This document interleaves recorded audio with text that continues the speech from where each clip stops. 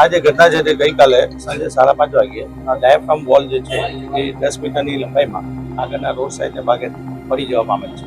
એના ઉપર જે સળિયાઓ જે હતા સળિયા અને એના લોડના કારણે વરસાદ પડે એમ દિવસે પડી ગયો એના કારણે જે લોડ કારણે એ નીચે પડી જવા પામેલ છે.